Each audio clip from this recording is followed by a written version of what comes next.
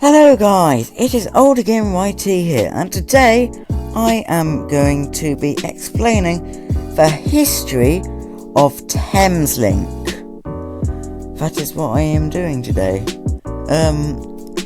So I'm going to be starting off when Thameslink first released, talking about the Thameslink program, and then talking about currently what Thameslink is going through. So enjoy! So Thameslink is a railway which runs from north to south of England, well, north to south of the south of England, if I want to complicate it further, from as high as places like Peterborough to places like Brighton, as well as the other sort of routes such as Blackfriars to Sevenoaks. Their current fleet of trains is the Class 700 Desiro City. I will be going into more detail about trains a bit later. And as you may know, lots of commuters tend to use them for work. After privatisation, Thameslink first appeared, run by GoVia, and operated with British Rail Class 319s.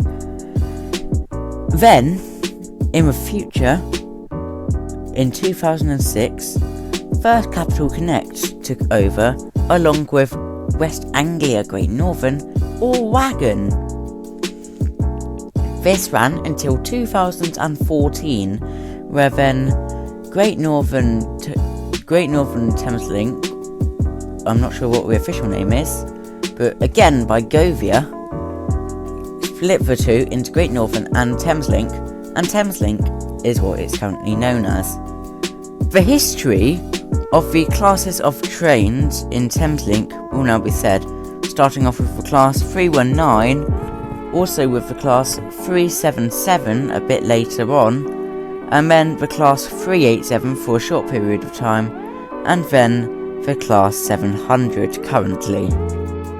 Now I will be explaining about the Thameslink program, which is a program which started at the early 2000s, I believe, and was there to improve the Thameslink sort of London core bit, which is St Pancras International to places like London Bridge. That's around the core. I'm not exactly sure of the location, so please don't blame me for that. But it was to sort of improve stations, especially, and improve the trains, which started off with the Class 319 and ended off with the 700. And so I will go into more detail about it now. London Bridge Station, which is served by Thameslink and South Eastern, as well as the London Underground, played a massive role on the Thameslink programme, where they did massive changes to it, and some of those things were sort of making new platforms for the Thameslink trains. I believe they changed the sort of complete spaghetti junction sort of tracks, and some ways they had to do that.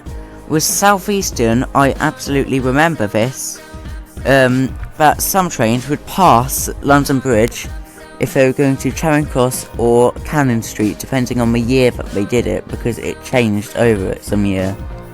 As well, in the Thameslink programme, the Class 700 fleet got released, and they also got new routes, such as Cambridge to Maidstone East, Welwyn Garden City to Sevenoaks during peak hours, Horsham to Brighton, Peterborough to Brighton, and services from places like Peterborough to Littlehampton.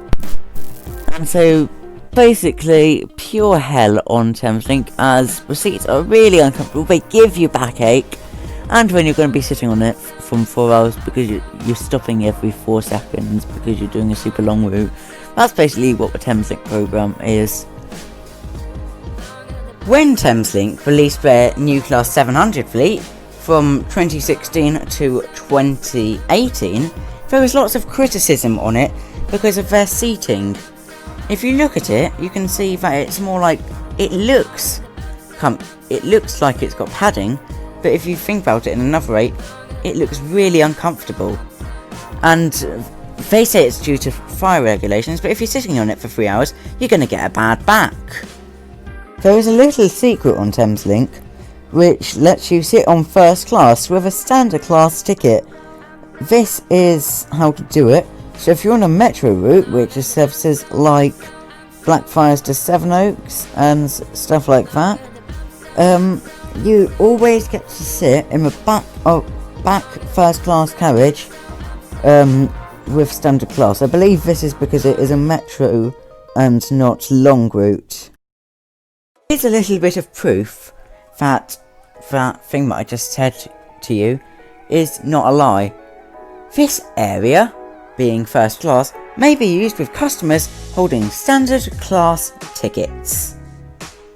There are plans for a new line, Thameslink 2, to run in the future, starting off from places like Brighton, which is currently on the current Thameslink, or as I should say, Thameslink 1, and it's going to go up the line and then go past places like Stratford and the sort of east of London, rather going through central core. I think this will look very interesting, and I would actually love to see Thameslink 2. But if it goes on the east, would that mean it's not? It doesn't say it on Wikipedia because it says the other things, but I would love to see Thameslink run up to places like Shoeby or something. Gobble up C2C when. That would look wonderful. Don't you agree? I hope you enjoyed my short little educational video on Thameslink, which is, in my opinion, it's a good line, but with bad trains. Yeah, I hope you enjoyed the video. Today's shout out will be, their name is on screen and their channel is in the description. I genuinely say that you should have a look at their channel. It is really good. It is really good indeed. So yeah. Anyway, thanks for watching. I'll see you in another video. AlderGamingYT out. Hello, me old chum. I'm not a elf. I'm not a goblin. I'm a gnome, and you've been...